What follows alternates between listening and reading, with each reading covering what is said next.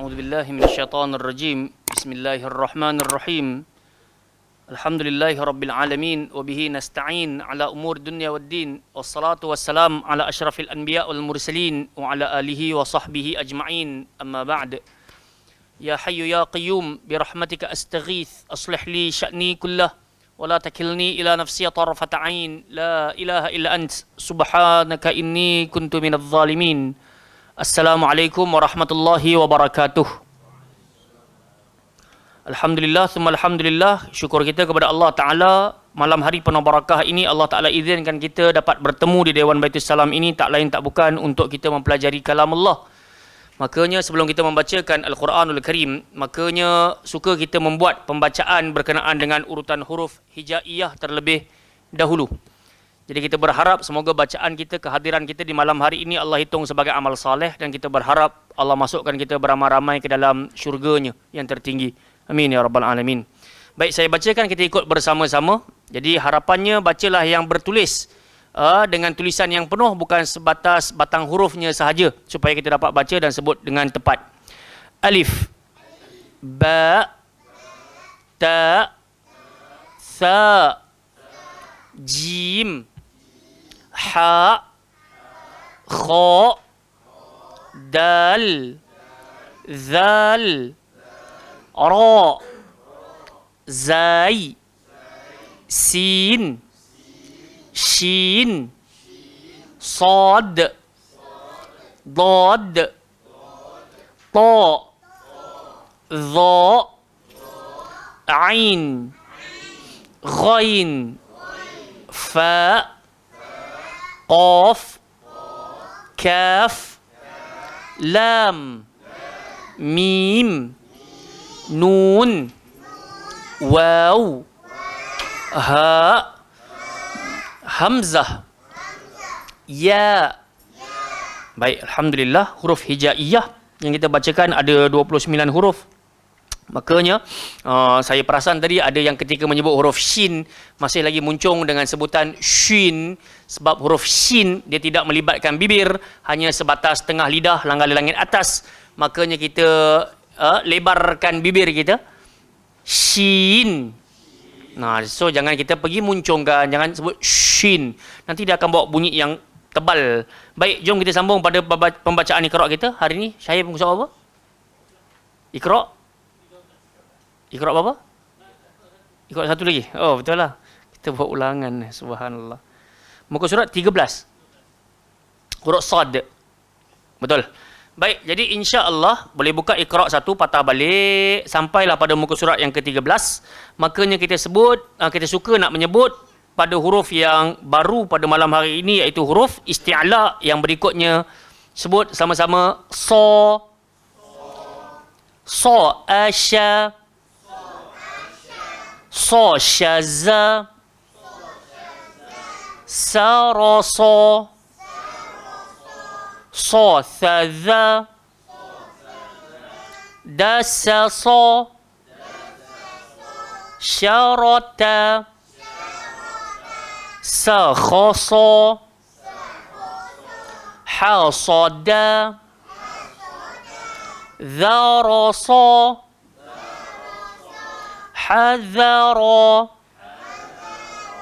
شبص سجز صدق صجذ شرز ثخص أبت ثجح خد ذرز سشص.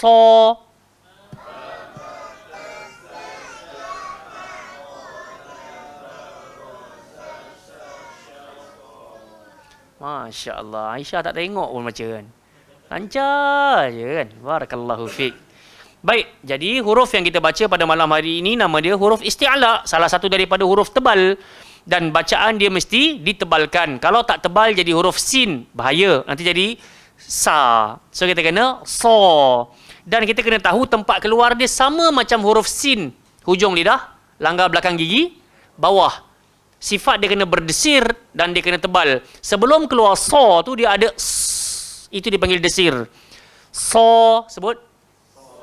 So jangan Aisyah, Talha jangan so. Tahu? So. So kita tebalkan sebutannya. Baik, ramai-ramai tolong baca daripada so Asya sampai habis. 1, 2, 3. So Asya, so syaza, sarasa, so thaza, da sasa, syarata, sakhasa, hasada, dharasa, hadhara, syabasa, sajaza, sadakha, sajaza, syaraza, sakhasa, abata, sajaha, khada, dharaza, sasyasa. Sampai do dah. Baik, jadi kita bahas huruf Hamzah keluar dekat mana? Hamzah, batang tekak paling bawah. Sifat dia tebal ke nipis, Siti? Nipis. Tak boleh baca O. Kena baca A. Huruf Ba keluar dekat mana? Syahir. Bibir. Kalau tak ada bibir atas, tak boleh sebut Ba. Tak ada bibir bawah pun tak boleh sebut Ba. Jadi bila ada dua bibir, nikmatilah dengan pembacaan Al-Quran. Dan sifat dia tebal ke nipis, Safwan? Nipis. Tak boleh baca Bo. Kena baca Ba. Lembut. Huruf Ta, Syarul keluar kat mana? Hujung lidah. Pergi mana? Belakang gigi. Jangan langgar dari langit. Nanti jadi ta. Tu kalau langgar dari langit. So, tapi kalau dilanggar belakang gigi, ta. So, kena langgar belakang gigi. Bukan langgar langit. Kemudian huruf Tha. Macam mana nak sebut, bang? Kena gigit lidah. Tebal ke nipis? Nipis. Okey. Huruf Jim. Kak Syariah keluar kat mana? Jim. Nah, dia tidak melibatkan bibir. Kalau kita confuse, ingat, kalau kita confuse, huruf ni keluar dekat mana, datangkan alif, bariskan atas alif tu, matikan huruf yang kita nak tahu tu. Aj, ij, uj. So kita rasa, dia keluar kat mana? Aj. Tengah lidah, langgarlah langit atas. Itu tempat keluar jim. So dia bukan bibir, jangan baca jim. Salah. Yang penting tengah-tengah lidah ni. Langgarlah langit atas. Aj. Okey, rasa. Baik, ha keluar dekat mana? Tengah-tengah tekak. Ha pedas ke ha simpul ni? Ha pedas. Okey, cantik. Kha atas daripada tengah tekak atas ni, dan kita kena baca dia tebal. Tak boleh baca kha, kena baca kho. Kemudian dal keluar dekat mana? Cikgu, keluar dekat mana dal? Dia sama macam ta. Langgar belakang gigi. Cuma ta nipis, dal sederhana. Dia bukan tebal. Kalau tebal, to. So, tiga huruf yang sama tempat keluar. Ta, da, to. Nipis, sederhana, tebal. Baik, dal, settle.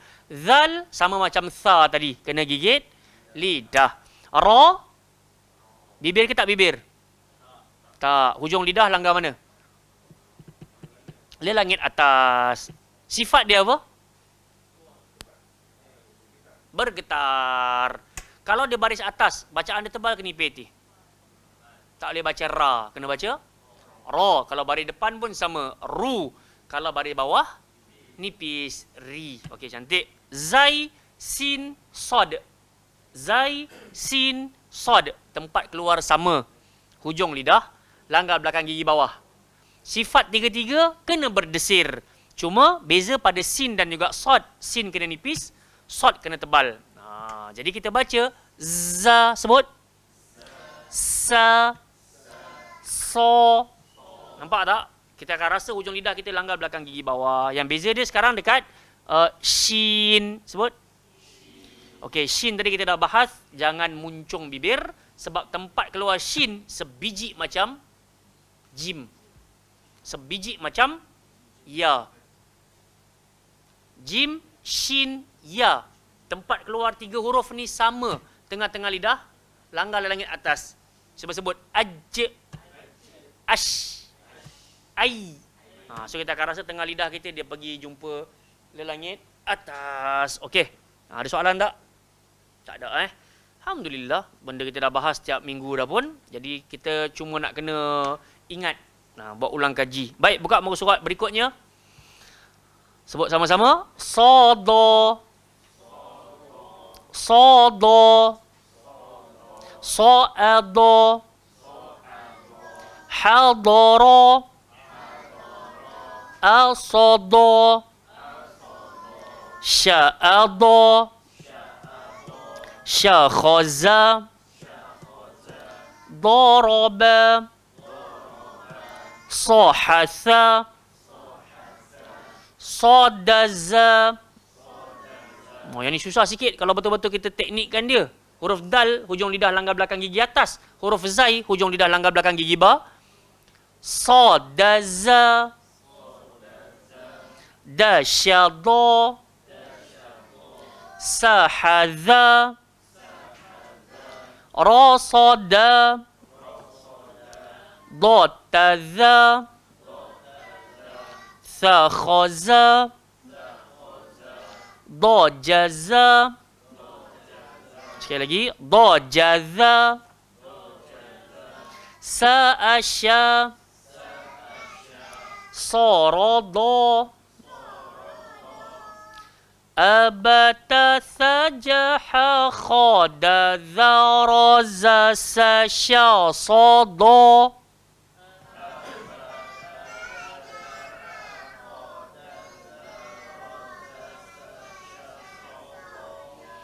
Okey, jadi kita masuk huruf yang baru iaitu huruf dad. So alif sampai sad tadi kita dah bahas.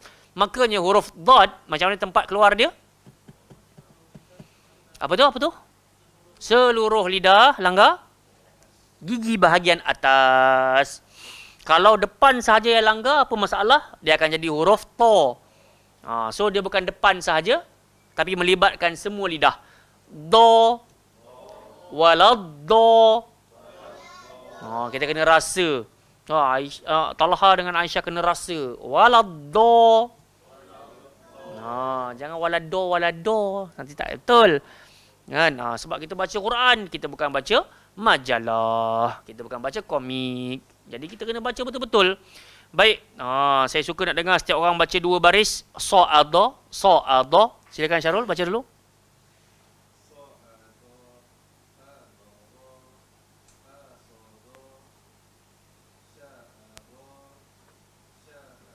Ha ke?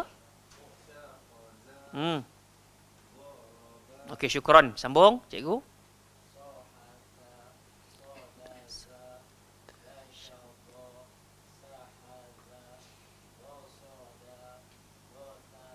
Syukran, Wan.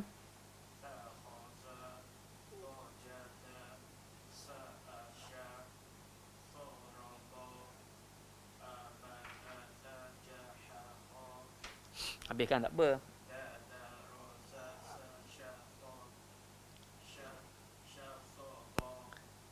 Sekali lagi. Daza. Sodo. Iti. So'ado.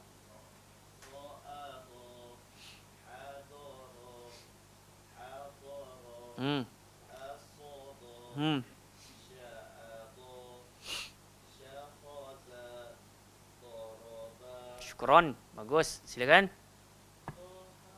Tajam. Ha.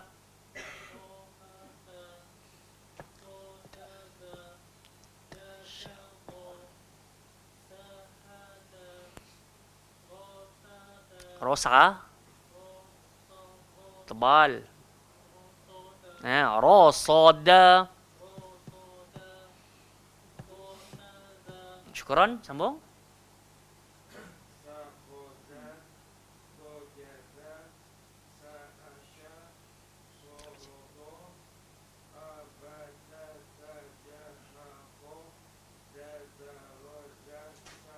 Nampak? Sasha tak nak? Sasha.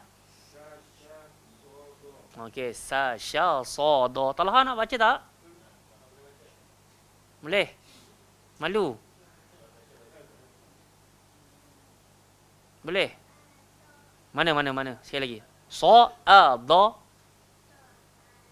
Okey, tengok je buku. Bagus. Hmm. Hmm.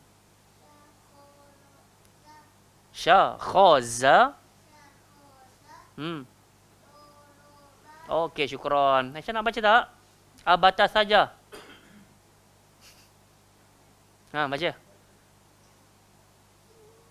Abatas saja. Macam tadi.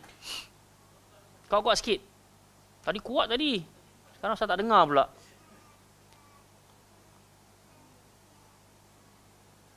Da. Za.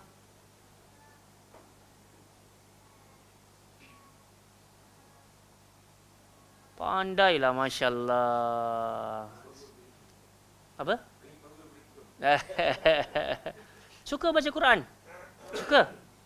Suka. Alhamdulillah. Nanti baca pandai-pandai. Tahu Talha pun. Okey. Fadal. Atas kali. Sa'ada. Hmm. Bukan sa, sya. Hmm. Okey, cukup. Silakan.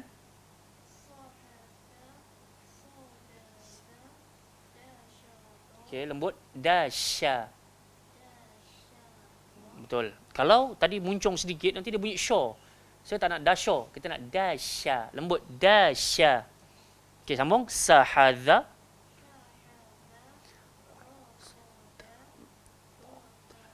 Okey, barakallahu fik. Silakan. Kak. Ha ke? Hmm. Do ke? Sarada.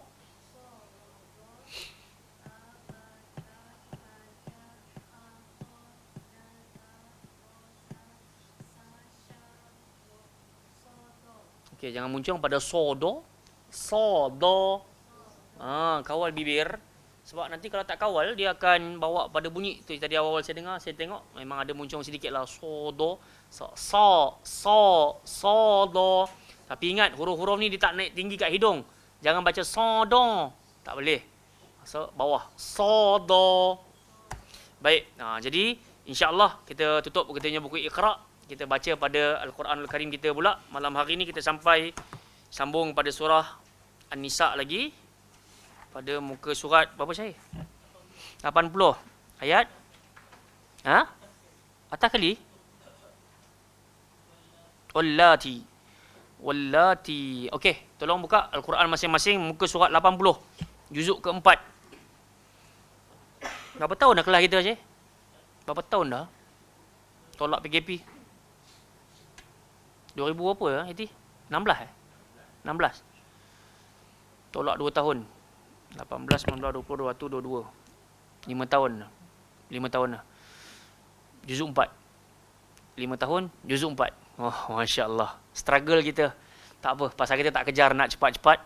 Khatam Allah yang maha tahu. Kalau kita mati dekat juzuk 10 pun, Allah tahu kita berusaha nak cuba baca dengan kefahaman dan cuba baca dengan baik.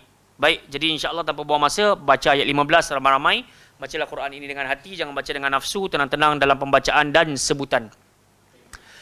A'udzu billahi minasy syaithanir rajim.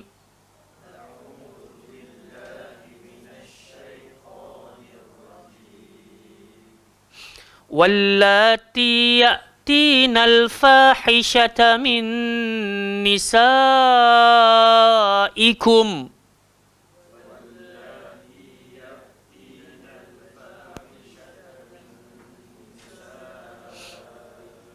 So, dekat sini dia ada technical sikit, ada tempat kena pendek, ada tempat kena panjang. Kita jangan tersalah fokus, jangan tergelincir, nanti bawa pada penukaran maksud. Sekali lagi. Wallati ya'tinal fahishata min nisaikum.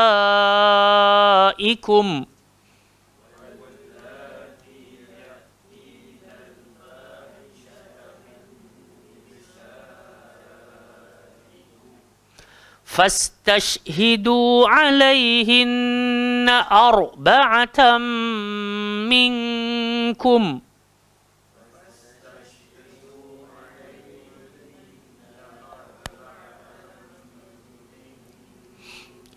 فإن شهدوا فأمسكوهن في البيوت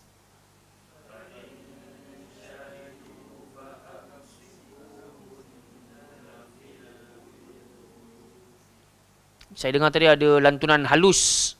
Filler. So, jangan ada filler. Diam saja. Fil buyut. فَإِن شَهِدُوا فَأَمْسِكُوهُنَّ فِي الْبُيُوتِ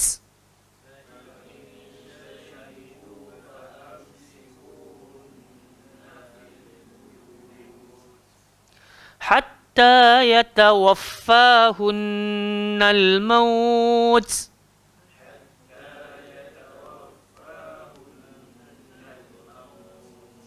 أو يجعل الله لهن سبيلا.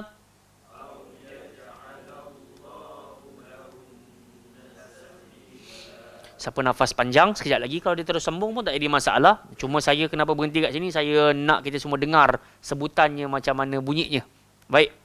Walladzani ya'tiyaniha minkum fa'adhuhuma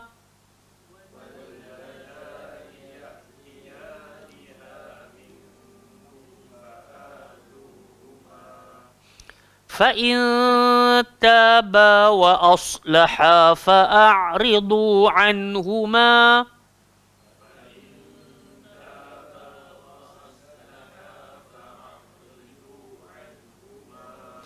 إِنَّ اللَّهَ كَانَ تَوَّابًا رَحِيمًا.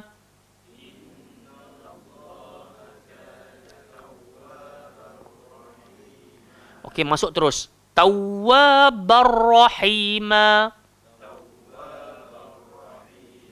So jangan ada tak boleh, ataupun terlalu panjang tawwa, tak boleh. Masuk terus. Baik, jadi kita suka nak dengar setiap orang baca 2 ayat ini. Kalau ada waktu kita tambah lagi. Siapa? Eti dululah, boleh.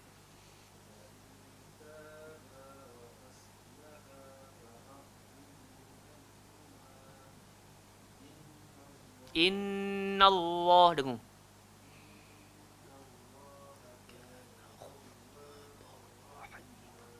Okey, sebelum kita tadabbur, ramai-ramai baca dahulu. Start daripada wallati. 1, 2, 3.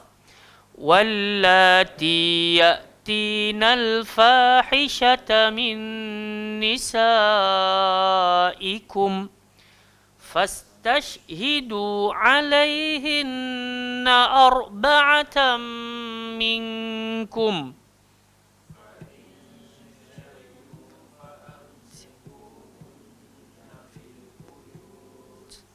حتى يتوفاهن الموت أو يجعل الله لهن سبيلا.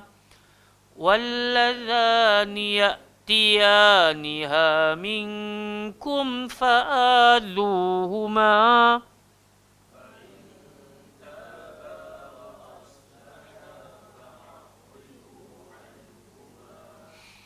إن الله كان توابا رحيما. Baik, saya baca seorang-seorang, kemudian kita tadabbur isinya. واللاتي يأتين الفاحشة من نسائكم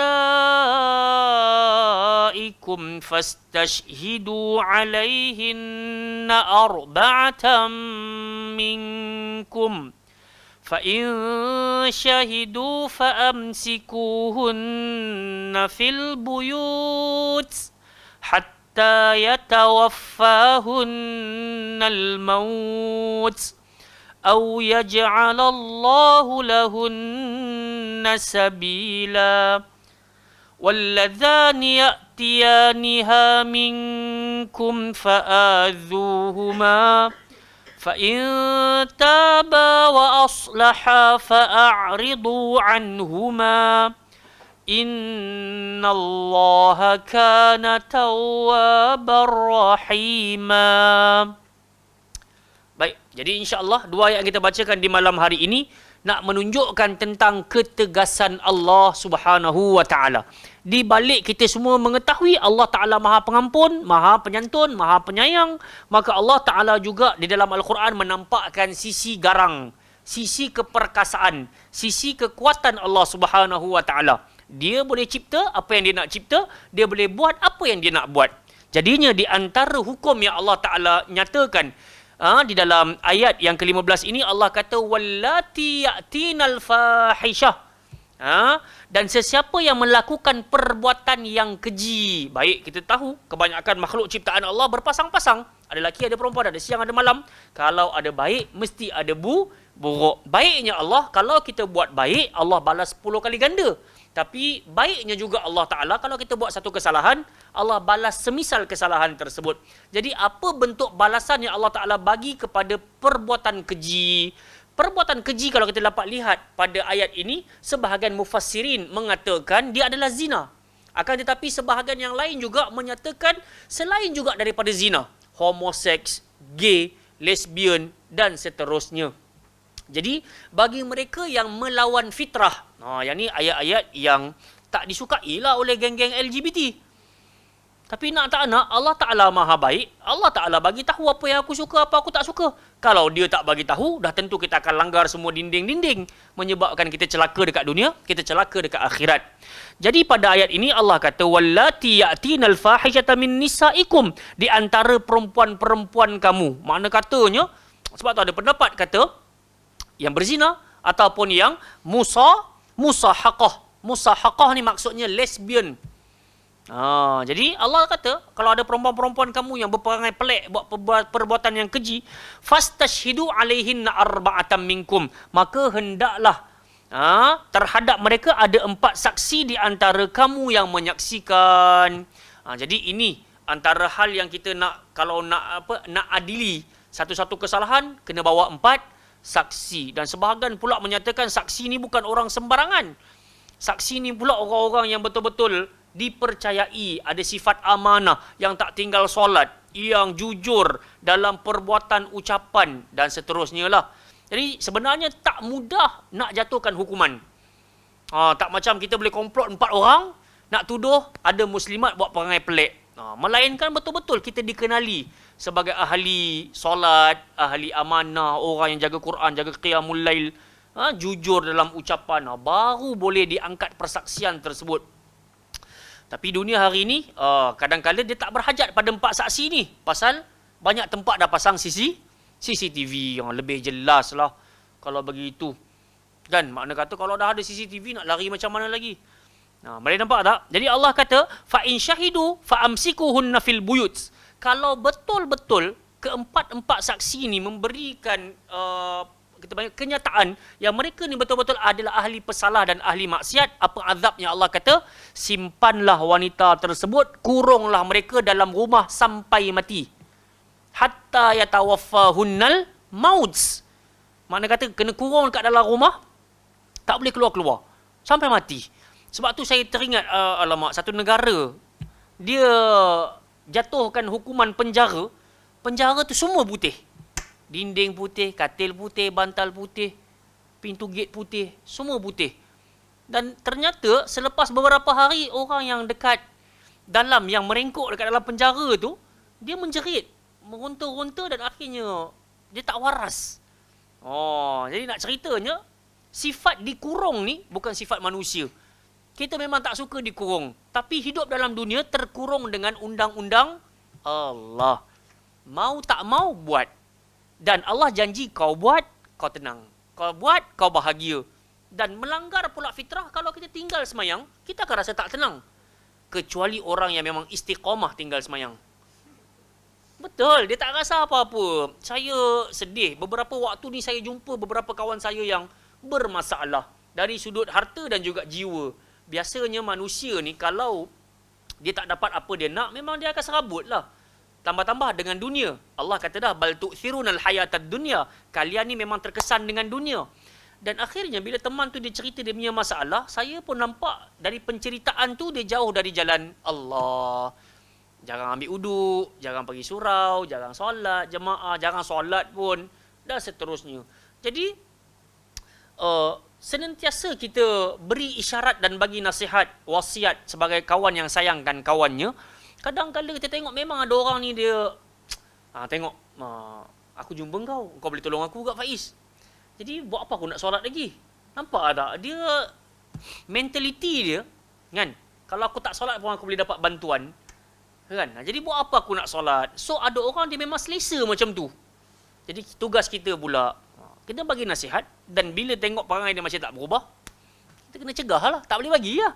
Bila tak bagi, itu yang kadang-kadang kau ni minta pun tak nak bagi. Kedekut lah misalnya. Kita kata tak.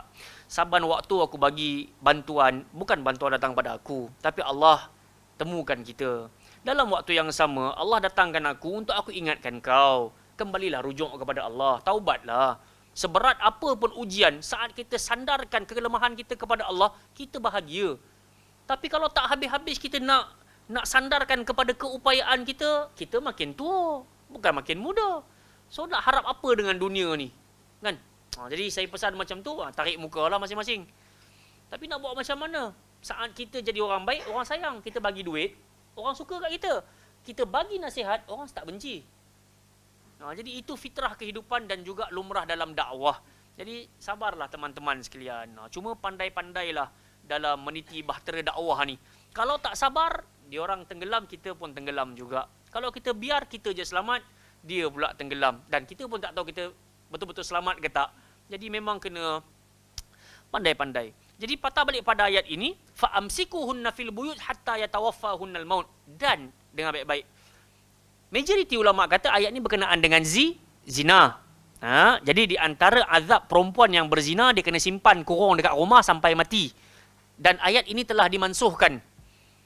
Ataupun hukum ni telah pun dimansuhkan dengan surah An-Nur ayat yang kedua. Di mana Allah Ta'ala kata, tengok ayat yang ni. Au yaj'alallahu lahunna sabila. Atau sampai Allah memberi jalan lain kepadanya. Mana kata kalau setakat kali ni Allah kata, dia buat maksiat, kurung dia dalam rumah sampai mati. Sampai nanti aku turunkan hukum yang baru. Jadi waktu tu, inilah hukumnya. Apa hukum yang terbaru tu? Kalau kita tengok dalam surah An-Nur ayat yang kedua, Allah kata az-zaniyatu waz-zani. Dekat sini pun kita boleh tengok. Allah mulakan az-zaniyah waz-zani, iaitu perempuan yang berzina diikuti dengan lelaki yang berzina. Kenapa dalam ayat as-sariqu was-sariqatu kenapa Allah mulakan lelaki yang mencuri diikuti dengan perempuan yang mencuri? Sebab kebiasaannya lelaki dia lebih cenderung kepada perangai macam tu, untuk mencuri ni, nak buat pekerjaan ni dia cenderung. Tapi perempuan ni dialah punca zina. Punca, bukan kata sebab kokoh, tapi dia punca. Dia tak payah hantar assalamualaikum, dia tak payah hantar bye bye, flying kiss, tak payah. Dia hanya setakat hantar bau sahaja. Yang Nabi kata barang siapa yang keluar daripada rumah jangan memakai wangi-wangian. Tambah-tambah dia ke rumah-rumah Allah Ta'ala. Jangan. Nabi tak bagi pergi. Jadi begitu. Sebab apa? Fitnah wanita tu besar. Hantar bau saja boleh membenarkan zina. Sebab tu Allah kata az-zaniyah waz-zani. Perempuan yang berzina diikuti lelaki yang berzina, fajlidu. Hukum baru rotan. Berapa kali? Mi'ata marrah. Kulla wahid, setiap orang kena sebat 100 kali. Mi'ata jaldah. Mi'ata marrah, mi'ata jaldah. 100 kali rotan. Wala ta'khudhukum bihima ra'fatun fi dinillah. Dan Allah kata tengah rotan tu tak boleh ada belas kasihan. Kena sebat sungguh-sungguh saat nak menegakkan hukum Allah. In kuntum tu'minuna billahi wal yaumil akhir. Tu pun kalau kamu beriman pada Allah dan hari akhirat.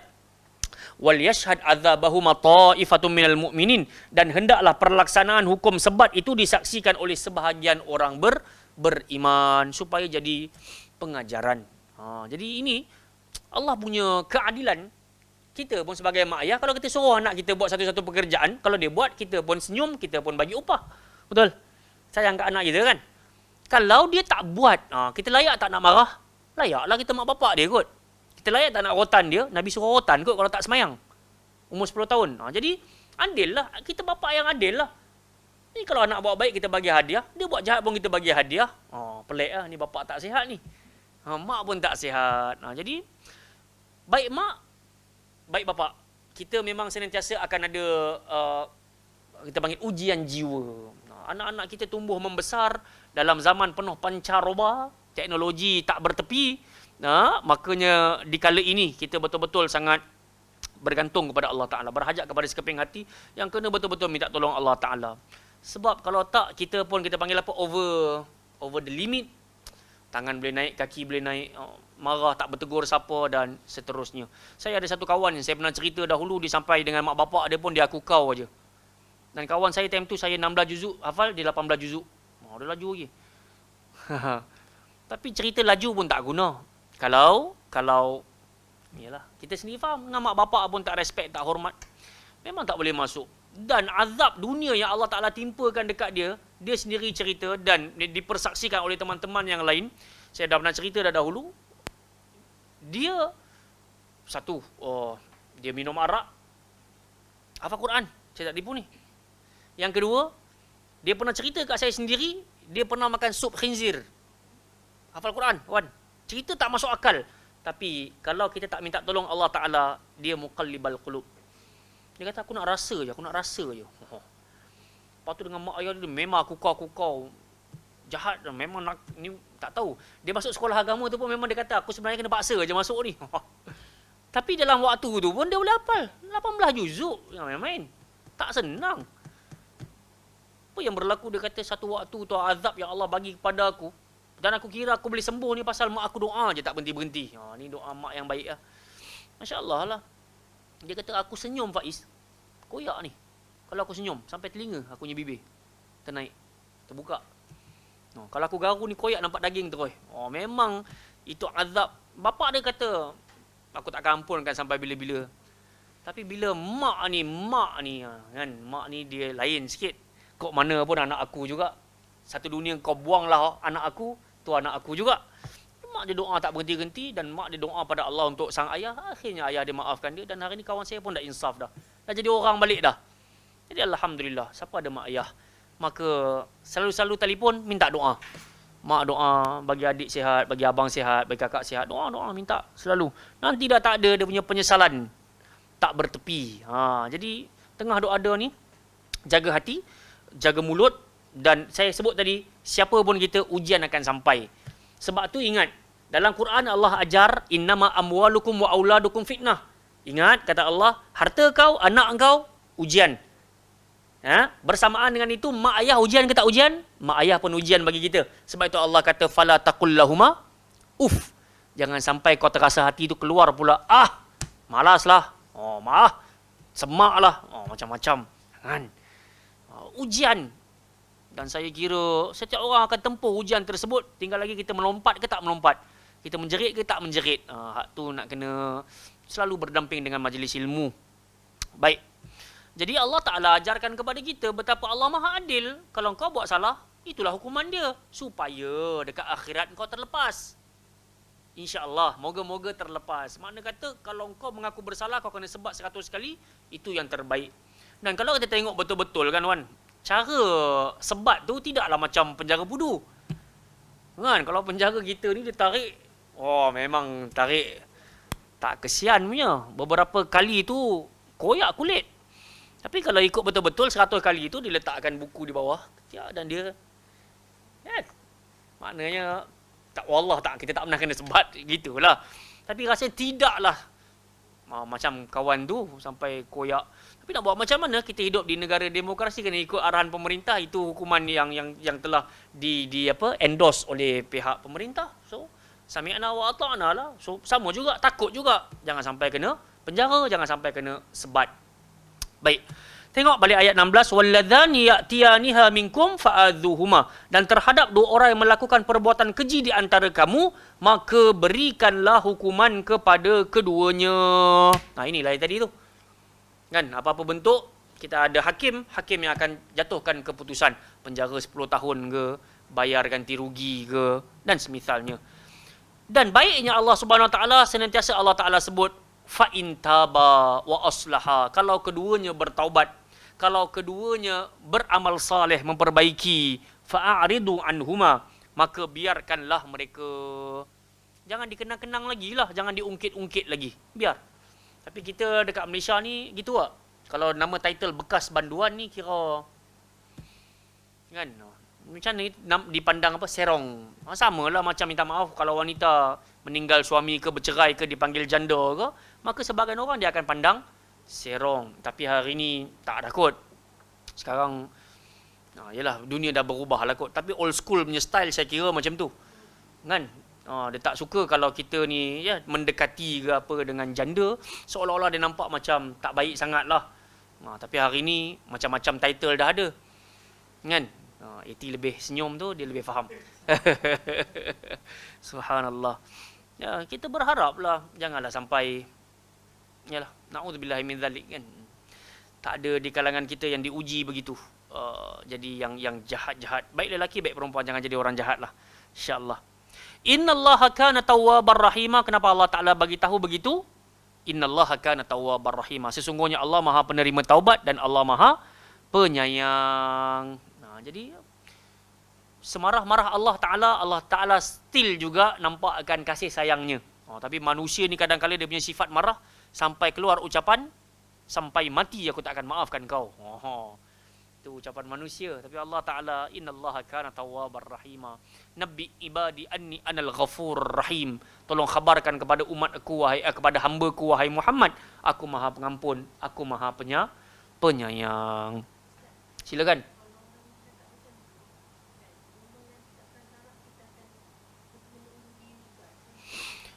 Itulah. Sebab itu Nabi kata wa kunu ibadallahi ikhwana. Kalian tengah hidup ni jadilah hamba-hamba Allah yang saling bersaudara. Kemudian Nabi kata al-muslim akhul muslim. Seorang muslim adalah saudara kepada muslim yang lain. La yazlimuhu, tak boleh menzalimi dia, wala yahqiruhu, tak boleh apa lagi? Tak boleh menghina dia, wala yakhzulhu. Dan seterusnya, tak boleh biarkan dia kepada musuh, tak boleh ejek dia. Dan Nabi kata apa? Bihasbi mari'in. Cukuplah seorang itu dipanggil sebagai apa kita panggil? Sebagai muslim yang jelek jika dia menghina saudaranya yang lain. Jadi jemaah yang dimuliakan Allah Subhanahu Wa Taala, daripada hadis ni Nabi nak ajar kepada kita, cubalah bertolak ansur dan bertoleransi dengan manusia yang lain. Jangan sampai terbitnya ucapan orang-orang begitu kepada kita. Sampai mati aku tak akan ampunkan kau. Sebab kita tahu syarat taubat dengan Allah cuma 3. Tapi kalau dengan makhluk, mesti kena ada tambahan lagi 1.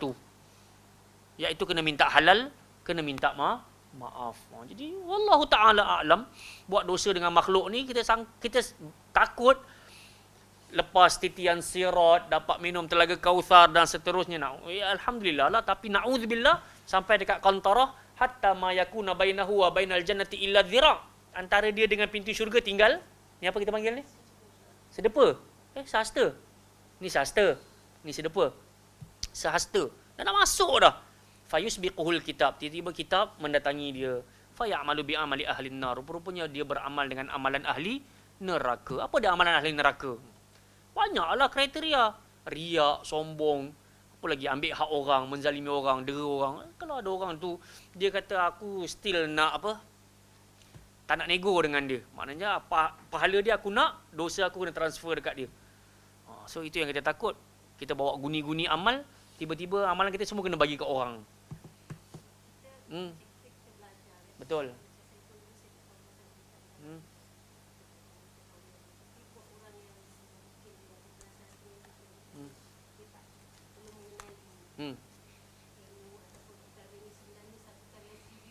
Betul.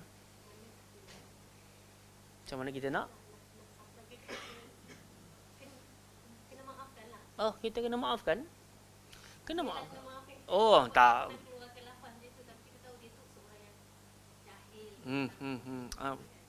Doakan pengampunan untuk diri kita dan diri dia. Allahumma ghfir lana waghfir lahum. Allahumma arhamna warhamhum. Allahumma hdina wahdihim. Ya Allah, bagi pengampunan pada kami, bagi pengampunan kepada sang dia. Bagi hidayah pada kami, bagi hidayah pada dia. Bagi kasihanilah kami, kasihanilah dia.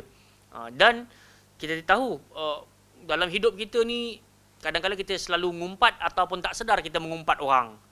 Jadi di antara jalan nak taubat, kata Nabi, man yaghtab tahu kafaratun man yaghtab tahu bistighfarillah. bentuk engkau nak bertaubat dari orang yang pernah engkau umpati adalah engkau berdoa kepada Allah agar dia diampuni. Jadi gitulah. Kalau kita kena usahalah, kalau kita sedar kita pernah sakitkan hati orang, Nabi kata falyatahallal minhul yaum, tolong minta halal hari ini. Dalam arti kata lain, minta maaf hari ini. Kalau kita betul-betul sedar, try hantar mesej. Assalamualaikum, walaupun benda ni dah berpanjangan, bertahun, tapi aku tetap rasa kepanasan dosa berada dalam tubuh badan aku. Maafkanlah aku atas kesalahan-kesalahan ni.